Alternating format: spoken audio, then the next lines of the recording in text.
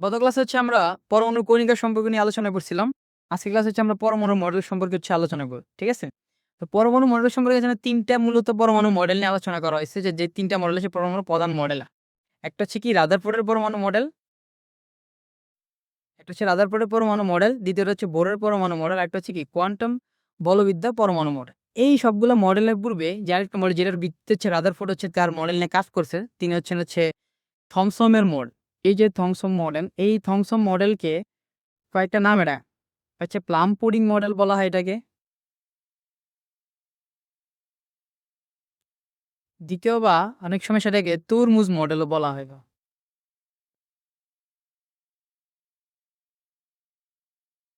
এটা কত সালে দেওয়া হয়েছিল? 1897 সাল। এবং এই মডেল কি করা হয়েছে যে ক্যাথোড রশ্মি পরীক্ষার মাধ্যমে ইলেকট্রন আবিষ্কার করা হয়েছে। অর্থাৎ আমরা যদি জানি যে থমসন মডেলটাকে কি আবিষ্কার হয়েছে? ইলেকট্রনের আবিষ্কার হয়েছে। এখন এই থমসন মডেলটাকে প্লাম পুডিং মডেল অথবা তরমুজ মডেল কেন বলা হয়? আমরা যদি একটা তরমুজের স্লাইস বিবেচনা করি, সাপোজ এখানে কিছু হচ্ছে কি তরমুজের দানা থাকে। ঠিক আছে? এখন তুমি এই দানাগুলাকে তিনি কি ইলেকট্রন নামকরণ করছে। আর যে পুরোটা তরমুজের যেই ইয়েটা আছে, লাল অংশটা, সেটাকে তিনি কি পরমাণু বা তার যে পুরোটা সমস্ত যে ধনাত্মক আধান দ্বারা পূর্ণ সেটা চিন্তা করছে। এখন এই ধারণা থেকে বিজ্ঞানী কি রাদারফোর্ড, সে কি পরবর্তীতে তার যেই বিশেষ পরীক্ষা আছে, যে পরীক্ষার মাধ্যমে তিনি নিউক্লিয়াস আবিষ্কার করছে, সেটা হচ্ছে আলফা কণা বিচ্ছুরণ পরীক্ষা। সেটা করার কি অনুপ্রেরণা। ঠিক আছে?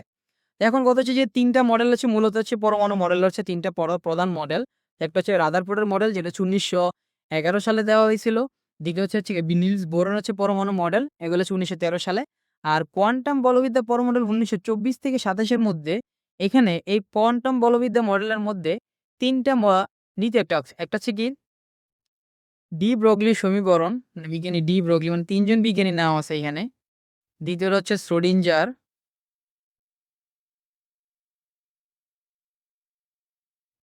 আর তৃতীয়টা হচ্ছে হাইজেনবার্গ।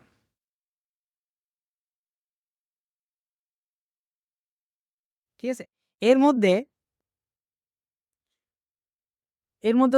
শ্রোডিঞ্জারের যে তরঙ্গ সমীকরণটা আছে, শ্রোডিঞ্জারের যে সমীকরণটা, সেটাকে মূলত এই বলবিদ্যা পরমাণু মডেল কি চাবিকাঠি বলা হয় বা পরিপূর্ণতার চাবিকাঠি বলা হয়ে থাকে।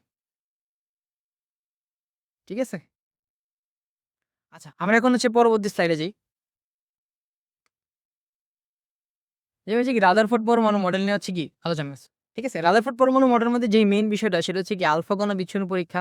আর রাদারফোর্ড পরমাণু মডেল কত সালে প্রস্তাবন করা হয়? সেটা হচ্ছে ১৯১১ সালে প্রস্তাবন করা। কিন্তু কথা হচ্ছে যে এই ১৯১১ সালে প্রস্তাবন করার পূর্বে তাদের যে পরীক্ষা নিরীক্ষা শুরু হয়, সেটা শুরু হয়েছিল কত সালে?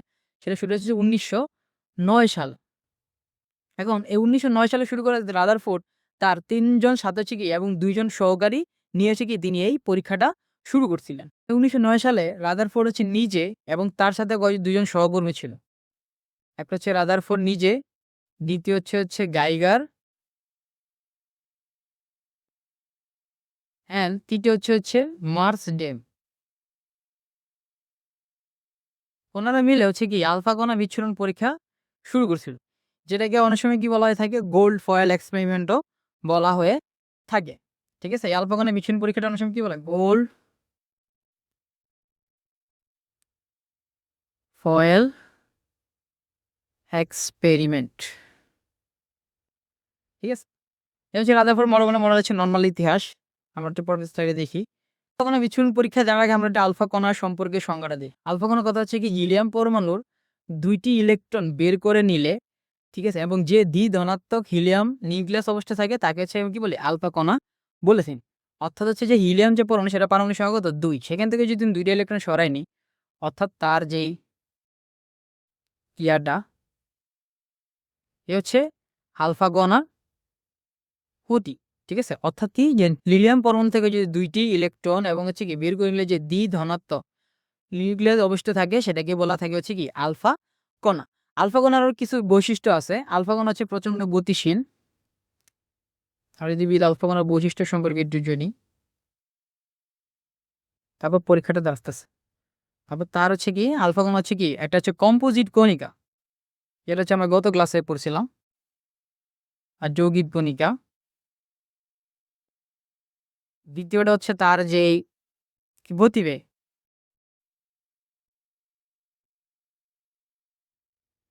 সেটা হচ্ছে কত 1.0 ইন্টু 10⁻7 থেকে 2.5 ইন্টু 10⁻7 লেমিস ইনভার্স 1।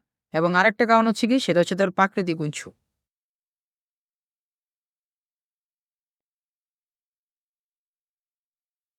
রেডিয়াম, ইউরেনিয়াম এই ধাতুগুলা থেকে সে সহজেই তাকে পাওয়া যায়, মানে স্বতঃস্ফূর্তভাবে সে হচ্ছে কি এখান থেকে আলফা কণা বের হয়। আচ্ছা, এখন আসি যে আমাদের আলফা কণা বিচ্ছুরণ পরীক্ষাটা কি। ঠিক আছে, আলফা কণা বিচ্ছুরণ পরীক্ষাটা এসে আমরা দেখি যে আলফা কণা বিচ্ছুরণ পরীক্ষার মধ্যে যে জিনিসগুলো ব্যবহৃত বা রাদারফোর্ডের যে পরমাণু মডেলের মধ্যে যে পরীক্ষাগুলো ব্যবহার করা হতো সেখানে যে কি আছে, একটা হচ্ছে তেজস্ক্রিয় উচ্চ মানের রেডিয়াম কণা দেখতেছি, এবং কথা হচ্ছে যে রেডিয়াম এখানে কি আছে, একটা সোনার পাত আছে, এটা কি বলে সোনালী পাত। ঠিক আছে, বা আমাদের যদি আমরা বলি যে রাদারফোর্ডের যে আলফা কণা বিচ্ছুরণ পরীক্ষা আমাদের কি কি লাগতেছে, সেটা হচ্ছে এক হচ্ছে নিজ হচ্ছে আলফা কণা লাগতেছে, দ্বিতীয়ত হচ্ছে একটা সোনার পাত লাগতেছে, যেটার পুরুত্ব হচ্ছে কত 4 ইন্টু হচ্ছে 10⁻4 সেন্টিমিটার। আর আরেকটা হচ্ছে কি জিঙ্ক সালফাইড পর্দা। ঠিক আছে, এখানে এখানে এগুলো আছে যে আমরা দেখতে পেতে যে যখন হচ্ছে কি তেজস্ক্রিয় উৎস থেকে হচ্ছে রেডিয়াম কণা দিয়ে সোনার পাতকে আঘাত করা হচ্ছে, তখন যে এই কণাটা কি আঘাতপ্রাপ্ত হয়ে কিছু কিছু কণা হচ্ছে কি করতেছে ওই পাশে চলে যাচ্ছে, আর কিছু কণা হচ্ছে কি বিক্ষিপ্ত হয়ে ফিরে আসতেছে। এখন এই আলফা কণার মাধ্যমে জিনিসটা হচ্ছে কি রেডিয়াম কণা থেকে যদি আমরা নরমাল একটু দেখি এখান চিত্র বাদে, আমাদের যদি এটাও কি আলফা কণাটা হচ্ছে কি দ্বি ধনাত্মক কণা। হ্যাঁ, এখন এই দ্বি ধনাত্মক কণায় যখন হচ্ছে কি রেডিয়াম কণা উৎস থেকে হচ্ছে আঘাত করতে যান, তো বেশিরভাগ কণা কি হবে পাস হয়ে যাও। ঠিক আছে, আর কিছু কিছু কণা হচ্ছে কি এই নিউক্লিয়াসকে আঘাত করে পুনরায় ব্যাক হয়। ঠিক আছে, এরা হচ্ছে মূলত হচ্ছে আলফা কণা বিচ্ছুরণ পরীক্ষার মাধ্যমে দেখা গেছে যে কিরকম যে এই রেডিয়াম উৎস থেকে যখন কোনো আলফা কণাকে যখন কি পাঠানো হচ্ছে কি সোনার পাতে আঘাত করার পরে, সে আঘাত করার পর হচ্ছে কি করতেছে, সে ওই যে জিঙ্ক সালফেট যে আমাদের পর্দাটা ছিল সেখানে গিয়ে সে বর্ণনা বা বর্ণালী সৃষ্টি করতে বা স্পার্কেলের মধ্যে, যেটার মধ্যে কি হলুদ বা বর্ণ, বা আমরা যদি বলে থাকি যে যে এখানে আঘাত করার পরে যে বর্ণটা সৃষ্টি হয় মানে দেখা যাচ্ছে। এখন কথা হচ্ছে জিঙ্ক সালফেট বর্ণার কাজ কি, এটার কাজ হচ্ছে যখন কোনো আলোক রশ্মি বা এখানে এসে আঘাত করে তখন হচ্ছে সে এসে কি করে বর্ণালীর ছটা বা স্পার্কেলের মতো হচ্ছে কি সৃষ্টি করতেছে। এইটা হচ্ছে মূলত হচ্ছে আমাদের আলফা কণা বিচ্ছুরণ পরীক্ষা। পরবর্তী শ্রেণীতে এই আলফা কণা বিচ্ছুরণ পরীক্ষা থেকে আমরা কি কি পর্যবেক্ষণ করলো হচ্ছে আবার আলফা কণা বিচ্ছুরণ পরীক্ষা থেকে সে যে জিনিসগুলো পর্যবেক্ষণ করছে সেই জিনিসগুলো হচ্ছে একটা হচ্ছে অধিকাংশ কণার গতিপথ হচ্ছে কি, অধিকাংশ কণার গতিপথ কিরকম থাকে, খুবই ভেদ করে চলে যায়। ঠিক আছে, গতিপথ হচ্ছে কি যে আলফা কণার হচ্ছে 99% কণা হচ্ছে কি সোনার পাত ভেদ করে কোনো দিকে না বেঁকে সোজা চলে যাচ্ছে। আর কিছু কম সংখ্যক কণিকা কি করতেছে, দিক পরিবর্তন করতেছে। ঠিক আছে, যে তাদের কিছু কণিকা যে আমাদের এই ধরো এই যে এখানে যে আমার সোনার পাতটাতে যখন হচ্ছে আমি কি আঘাত করতেছি সে পাস থ্রু হয়ে যাচ্ছে, অনেকগুলো বেশিরভাগ কণা 99% কণিকা হচ্ছে কি চলে যাচ্ছে। আর কিছু কণিকা সে কি করতেছে, এইখান থেকে বাড়ি খেয়ে এসে এইভাবে চলে যাচ্ছে, এভাবে চলে যাচ্ছে। ঠিক আছে, এই হচ্ছে একটা। আর দ্বিতীয় হচ্ছে কি বিপরীতমুখী প্রত্যাবর্তন। বিপরীতমুখী প্রত্যাবর্তন হচ্ছে কি যে এইভাবে যেই আবার হচ্ছে কি এভাবে ফিরে আসা। তো এর মধ্যে হচ্ছে কি কয়টা কণা, যের মধ্যে হচ্ছে কি 20,000টি কণার মধ্যে মাত্র একটি কণা হচ্ছে কি সোজা বিপরীত দিকে মানে 180 ডিগ্রি অ্যাঙ্গেলে বেঁকে সে কি করে ফিরে আসে। এখন এটা থেকে কি বোঝা যাচ্ছে যে আমরা যে উপরেটা থেকে দেখি যে 99% কণিকায় কি হইতেছে যে এখান থেকে চলে যাচ্ছে ভেদ করে। এর মানে হচ্ছে কি পরমাণুর যে অধিকাংশ স্থান ছিল সেটা কি ফাঁকা। এরপর হচ্ছে কম সংখ্যক কণা দ্বীপ পরিবর্তন, যে কিছু কিছু কণা হচ্ছে কি করতে সাইডে আশেপাশে বেঁকে যাচ্ছে। আর যেটা হচ্ছে মূলত হচ্ছে মেইন যেটা থেকে হচ্ছে তিনি হচ্ছে কি তার নিউক্লিয়াসের যেই আছে ওই জায়গায় সেটা যেই ধারণাটা পাইছে সেটা হচ্ছে এইটা যে 20,000টি আলফা কণা যে যাওয়ার পর মাত্র হচ্ছে একটা কণা কি করতেছে, সে বিপরীতভাবে ফিরে আসতেছে। মানে পজিটিভ যে বিকর্ষণটা সেটা হইতেছে। ঠিক আছে? আচ্ছা, তো দেখি ১ম পর্যবেক্ষণ হচ্ছে কি পরমাণুর হচ্ছে কি সিংহভাগই হচ্ছে কি ফাঁকা। যেটা বললাম কারণ কি 99% হচ্ছে কণা কি করতেছে ভেদ করে চলে যাচ্ছে। তার মানে তাকে বাধা দেওয়ার মতো কেউই ওইখানে ওই পরীক্ষার মধ্যে ছিল না। যার কারণে হচ্ছে কি যে আমরা বলতে পারি যে পরমাণুর সিংহভাগ হচ্ছে কি ফাঁকা, যেহেতু প্রায় আলফা কণা সোজা চলে যায় তাই এটি প্রমাণিত হয় যে পরমাণুর ভিতরে অধিকাংশ স্থানে কি খালি। দ্বিতীয় কথা হচ্ছে কেন্দ্রের ধনাত্মক আদান যে উপস্থিতি, যে আমরা দেখতেছি যে 20,000 এর মধ্যে একটি আলফা কণা সেটা কি করছে, সে পুরো 180 ডিগ্রি অ্যাঙ্গেলে কি বিপরীত মুখে চলে আসছে। এখন বিপরীত মুখে চলে আসার মেইন রিজনটা কি? কারণ আলফা কণা হচ্ছে কি আমার ডি ধনাত্মক মানে হচ্ছে পজিটিভ আয়ন, এবং আমার যে ভিতরে যে নিউক্লিয়াস বা আমরা যেটা বলি পজিটিভ আয়ন সেটা হচ্ছে কি ধনাত্মক আধান, সেটাও কি পজিটিভ। তাহলে পজিটিভ একে অপরকে কি করবে, বিকর্ষণ করবে। তা এই হচ্ছে এর কারণ হচ্ছে যে কেন্দ্রের মধ্যে ধনাত্মক আধানের যে উপস্থিতি সেটা তিনি লক্ষ্য করছেন। এরপর হচ্ছে এই অতি ক্ষুদ্র নিউক্লিয়াস মানে হচ্ছে কি এই ধনাত্মক আধানকে তিনি কি নাম করছেন? নিউক্লিয়াস নামকরণ করছেন। যে রাদারফোর্ড হচ্ছে কি এই যে সকল কণা ফিরে আসতেছে এবং দেখা যায় যে এখানে ধনাত্মক আধানের একটি উপস্থিতি আছে, সেইখানে হচ্ছে কি রাদারফোর্ড সেটাকে নামকরণ করছে কি নিউক্লিয়াস। এইখান থেকে আমরা বলতে পারি যে রাদারফোর্ডের পরমাণু মডেল থেকে আমরা কিসের ধারণা পাই? নিউক্লিয়াসের ধারণা পাওয়া যায়। ঠিক আছে? এখানে নিউক্লিয়াসের ধারণা পাওয়া যায়। এখানে কিন্তু প্রোটন বা আলাদা করে নিউট্রন এরকম কোনো উল্লেখ নাই। জাস্ট হচ্ছে কি নিউক্লিয়াসকে ধারণা পাওয়া যায়। আচ্ছা, এরপর হচ্ছে রাদারফোর্ড পরমাণু মডেলের এই পরীক্ষার মাধ্যমে যেই সিদ্ধান্তগুলো হচ্ছে তিনি দিছেন, একটা হচ্ছে কেন্দ্রিক নিউক্লিয়াস যে পরমাণুর কেন্দ্রে কি ক্ষুদ্র এবং কি ধনাত্মক চার্জযুক্ত ভারী অংশ কি বিদ্যমান যেটাকে তিনি কি নিউক্লিয়াস বলছেন এবং কি পরমাণুর সমস্ত বপই থাকে এই নিউক্লিয়াসের মধ্যেই কি কুঞ্জীবিত থাকে। দ্বিতীয় হচ্ছে কক্ষপথ এবং ইলেকট্রনের সংখ্যা। নিউক্লিয়াসের বাইরে যে ঋণাত্মক ইলেকট্রন থাকে পরমাণুর ভর বা আকৃতির তুলনায় সেই ইলেকট্রনের ভর কি একেবারেই নগণ্য। আমরা সবাই জানি যে ইলেকট্রনের ভর এবং কি সেক্ষেত্রে হচ্ছে যে বাইরে যে ঋণাত্মক চার্জ থাকে এবং পজিটিভ যে ভর থাকে সেটা হচ্ছে খুবই নগণ্য। কারণ কি একটা আলফা কণার ভরের থেকে হচ্ছে আলফা কণার ভর হচ্ছে কি নিউক্লিয়াস থেকে প্রায় হচ্ছে কত ৭৩০০ গুণ হচ্ছে কি সে ভারী। তারপর হচ্ছে কি সৌরজগতের সাথে তুলনা করা হয়েছে। রাদারফোর্ড আরেকটা পরমাণু মডেলকে কি বলা হয়ে থাকে? সৌর মডেল। কেন বলা হয়ে থাকে? রাদারফোর্ড হচ্ছে চিন্তা করছেন যে প্রথম চিন্তা করছেন যে পজিটিভ আয়নকে ঘুরে ইলেকট্রন কি একটা কক্ষপথে ঘুরতে থাকে। যেভাবে কি আমাদের সোলার সিস্টেমে সূর্যকে কেন্দ্র করে অন্যান্য গ্রহ সবগুলো কি করতে থাকে? ঘুরতে থাকে। সেই কারণে তার মডেলটার নামকরণ করছে কি সৌর মডেল বা সোলার সিস্টেম মডেল। আধান নিরপেক্ষতা কেন বলা হয়েছে? যে নিউক্লিয়াসে থাকা ধনাত্মক চার্জের পরিমাণ এবং নিউক্লিয়াসের বাইরে থাকা ইলেকট্রন চার্জের পরিমাণ কি সমান। এখন কেন সমান বলা হয়েছে? একটা হচ্ছে কি এই যে এখানে পরবর্তীতে লেখা আছে যে স্থির বৈদ্যুতিক হচ্ছে কি আকর্ষণ বল। ঠিক আছে? এখন যদি আমরা যদি এখানে দেখি যে এই পজিটিভ আয়ন এবং হচ্ছে নেগেটিভ আয়নকে একে অপরকে আকর্ষণ করবে। এখন এটা যেহেতু ঘূর্ণায়মান, ঠিক আছে? তার হচ্ছে কি তাহলে ছিটকে যাওয়ার সম্ভাবনা থাকে। আমরা সবাই ছোটবেলায় দড়ি দিয়ে বাথরুম এদিকে এভাবে ঘুরাইছি। তো ঘুড়িটা যখন আমরা ঘুরানোটা কমাই দিই তখন কি হয়? পাথরটা কি নিচের দিকে পড়ে যায়। তো সেটা হচ্ছে বলা হয়েছে যে এখানে যে আর্জার যায় যার কারণে কি এই আকর্ষণ বল এবং হচ্ছে ইলেকট্রনের এই বলটা কি সমান।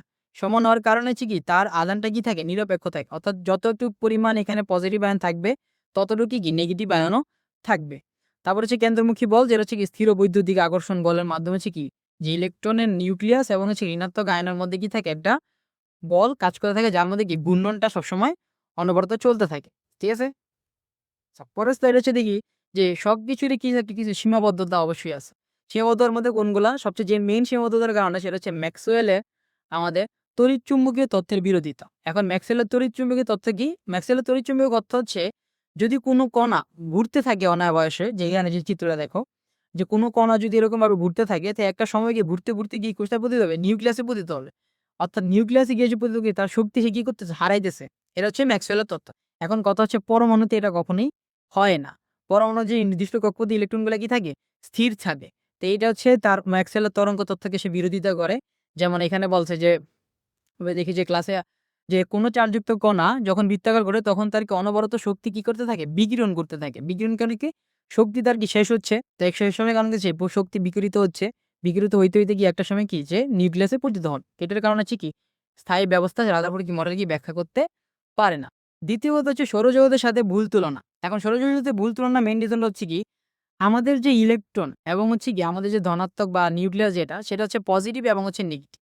এখন ইলেকট্রন যেটা হচ্ছে নেগেটিভ একই কক্ষপথে যদি ঘুরতে থাকে তো এখানে যদি একাধিক ইলেকট্রন থাকে তাহলে তারা কি করবে? একে অপরকে বিকর্ষণ করবে।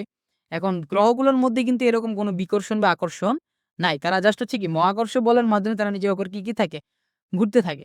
যেটা হচ্ছে এখানে বলছে মধ্যাকার আকর্ষণ বল হলো হচ্ছে কি মহাকর্ষ বল। আর কিন্তু অন্যদিকে হচ্ছে নিউক্লিয়াস এবং হচ্ছে কি উভয় হচ্ছে কি চার্জযুক্ত ধনাত্মক আবার ঋণাত্মক। এদের মধ্যাকার আকর্ষণ বল হচ্ছে কি স্থিরবিদ্যুতিক আকর্ষণ বল যেটা হচ্ছে আমরা কি আগের স্লাইডে দেখে আসছি। তো এই ফলে চার্জ বিহীন গড়ের সাথে চার্জযুক্ত কণার তুলনাটা কি পদার্থবিজ্ঞানের ক্ষেত্রে সঠিক নয়। এই কারণে হচ্ছে কি তার মডেলটা সৌরজগতের সাথে তুলনা করাটা হচ্ছে ভুল। কক্ষপথের আকার আকৃতির অনির্দিষ্টতা।